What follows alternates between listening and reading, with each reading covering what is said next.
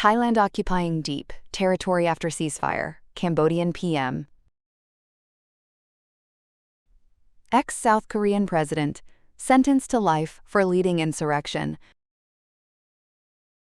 Trump to withdraw troops from Syria as tensions mount with Iran.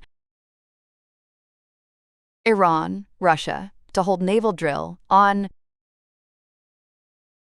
Cambodia's Prime Minister Hun Manet has accused Thailand of continuing to occupy parts of Cambodian territory, despite multiple ceasefire agreements that ended months of deadly border clashes last year. In an interview with Reuters, Hun Manet said Thai forces remain inside areas Cambodia considers its sovereign territory, beyond even Thailand's own stated claims. He described the situation as a factual assessment of conditions on the ground. Thailand has not immediately responded to the latest remarks. Thai military officials have previously maintained that their operations were limited to reclaiming Thai land. According to Hun Manet, Thai troops have placed barriers, such as shipping containers and barbed wire, in disputed zones, preventing roughly 80,000 displaced civilians from returning home. The border conflict, which escalated last year, resulted in dozens of deaths, mass displacement, and damage to historic temple sites. A U.S.-brokered ceasefire in October failed to hold, but a newer agreement facilitated by China has reportedly stabilized the situation since early this year. Hun Manet called for renewed border demarcation talks through the Joint Boundary Commission and expressed hope for technical discussions to ease tensions.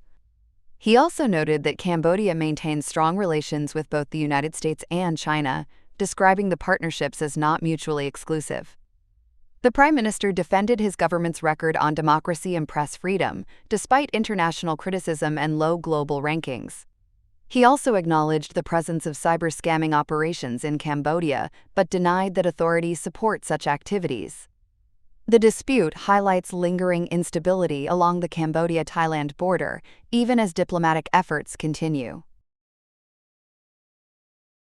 A South Korean court has found former President Yoon Suk-yeol guilty of masterminding an insurrection, sentencing him to life in prison.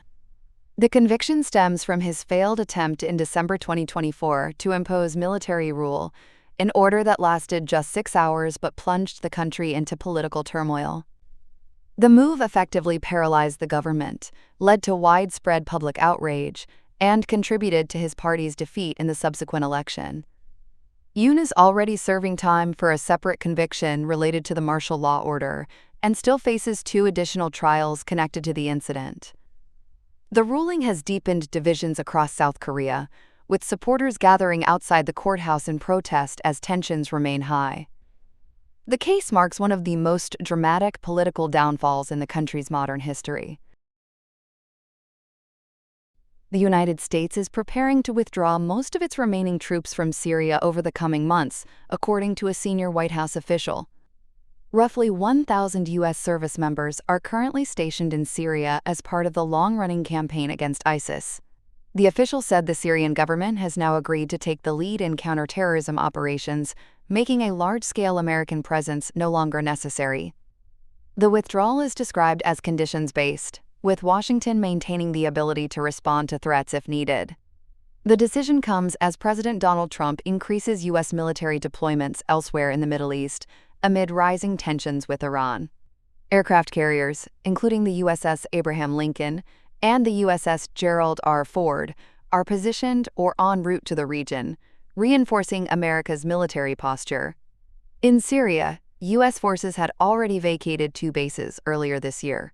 The move follows the collapse of the Assad government in 2024 and what officials describe as a significantly weakened ISIS presence. The Trump administration has since expanded diplomatic engagement with Syria's new leadership. Secretary of State Marco Rubio recently met Syria's foreign minister to discuss maintaining a ceasefire and continued counterterrorism cooperation. While the U.S. draws down its footprint in Syria, it continues to signal readiness across the broader region, underscoring a strategic shift rather than a full disengagement. Iran and Russia will hold a joint naval exercise on Thursday in the Sea of Oman and the northern Indian Ocean, according to Iranian officials. The drill will be hosted by Iran's first naval district in the southern port city of Bandar Abbas. Military leaders say the exercise aims to strengthen maritime security and improve coordination between the two navies. Officials state the focus will include protecting commercial shipping and oil tankers, countering maritime terrorism, and enhancing joint operational readiness. Iran says the drills are also intended to deepen friendly ties, expand regional cooperation, particularly with neighboring countries, and reinforce the role of regional powers in maintaining maritime stability. Russia's naval commander, Captain Alexei Sergeyev, expressed appreciation for Iran's hospitality and highlighted the strong working relationship between the two countries' naval forces. The exercise reflects growing military coordination between Tehran and Moscow as both nations expand their defense cooperation in strategic waters.